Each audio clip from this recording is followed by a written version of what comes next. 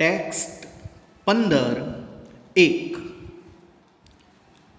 ચોપડીમાં 15મા પાના પર દાખલા નંબર 1માં ધ્યાન આપો.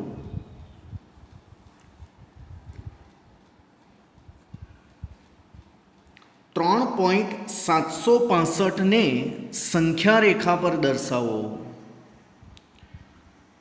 સૌથી પહેલા તમારે પોઈન્ટ પછીનો એક અંક ધ્યાનમાં લેવાનો. 3.7 એ 3 અને 4ની વચ્ચે આવી જાય. તેથી સૌથી પહેલાં સંખ્યા રેખા તૈયાર કરીએ.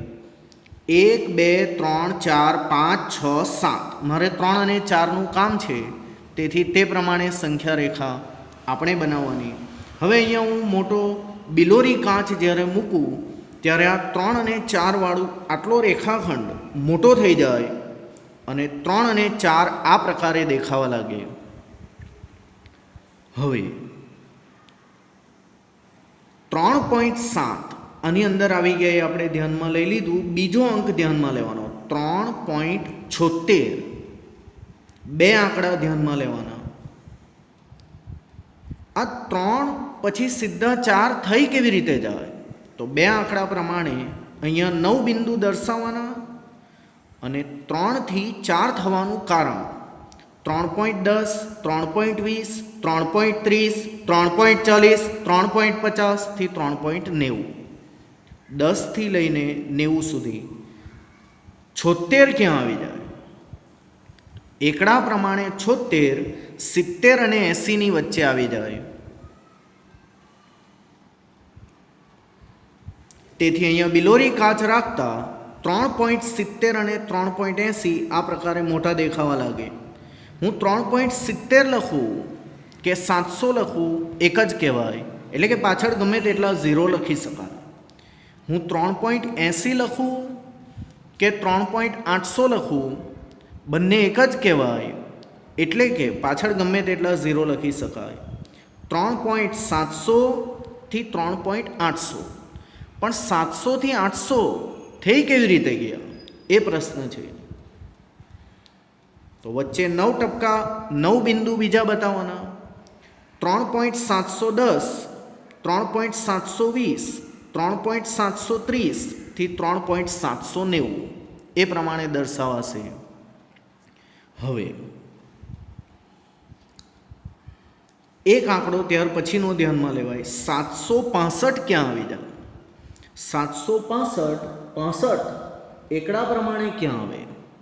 તો 60 અને 70ની વચ્ચે. 760 અને 770ની વચ્ચે 65 આવશે.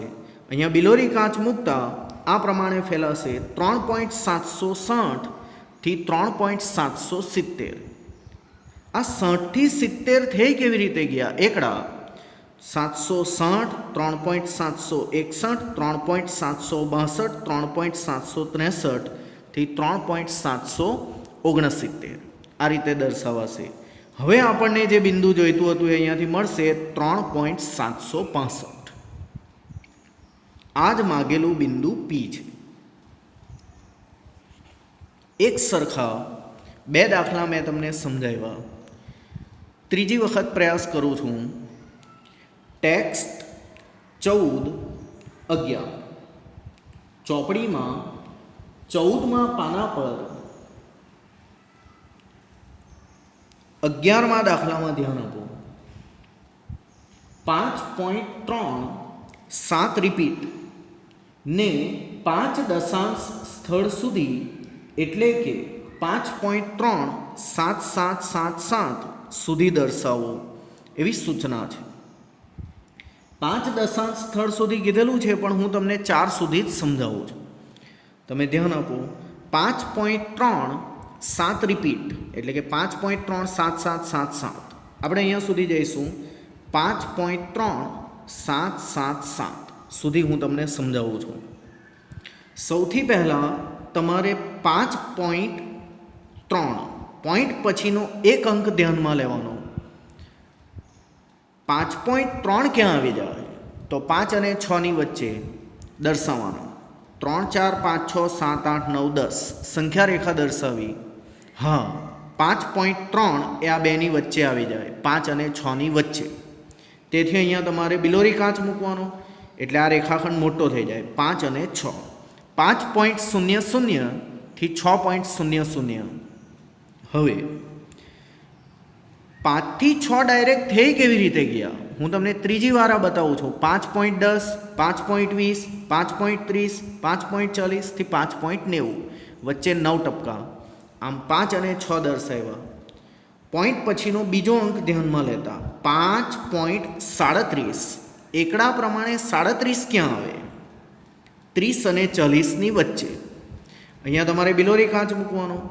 બિલોરી કાચ મૂકે એટલે આ મોટા થઈ જાય, 5.30, 5.40. હવે હું 5.30 લખું કે 300 લખું, 40 લખું કે 400 લખું, એકનું એક જ કહેવાય. પણ પ્રશ્ન એ છે કે આ 5.30 થી 5.300 થી 5.400 થઈ કેવી રીતે ગયા? તો વચ્ચે 9 ટપકા બીજા બતાવવાના, 9 બિંદુ બતાવવાના. 300, 310, 320, 330 થી 390 આ પ્રકારે થઈ ગયેલા છે. એક આંકડો હજી આગળ ધ્યાનમાં લેતા 5.377. 377 ક્યાં આવી જાય? 70 અને 80ની વચ્ચે. અહીંયા બિલોરી કાચ મૂકતા 5.370 થી 5.380 મોટા થઈ જાય. હવે હું 370 લખું કે 5.3700 લખું, એક જ કહેવાય. 5.380 લખું કે 3800 લખું, એક જ કહેવાય. પ્રશ્ન એ છે કે 5.3700 થી 3800 થઈ કેવી રીતે ગયા? 3710, 3720, 3730, 3740, 3790 આ પ્રકારે દર્શાવી એક આંકડો હજી વધારો 5.3777. એકડા આવડવા જોઈએ. 3777 ક્યાં આવી જાય? હા, 3770 થી 3780ની વચ્ચે આવી જાય. આ બેની વચ્ચે 3777 આવી જાય.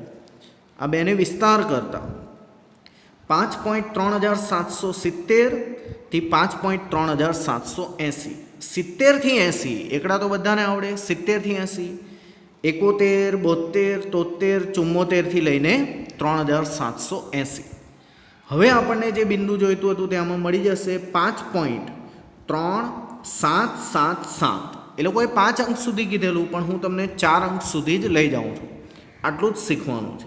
આ જ માંગેલું બિંદુ P છે.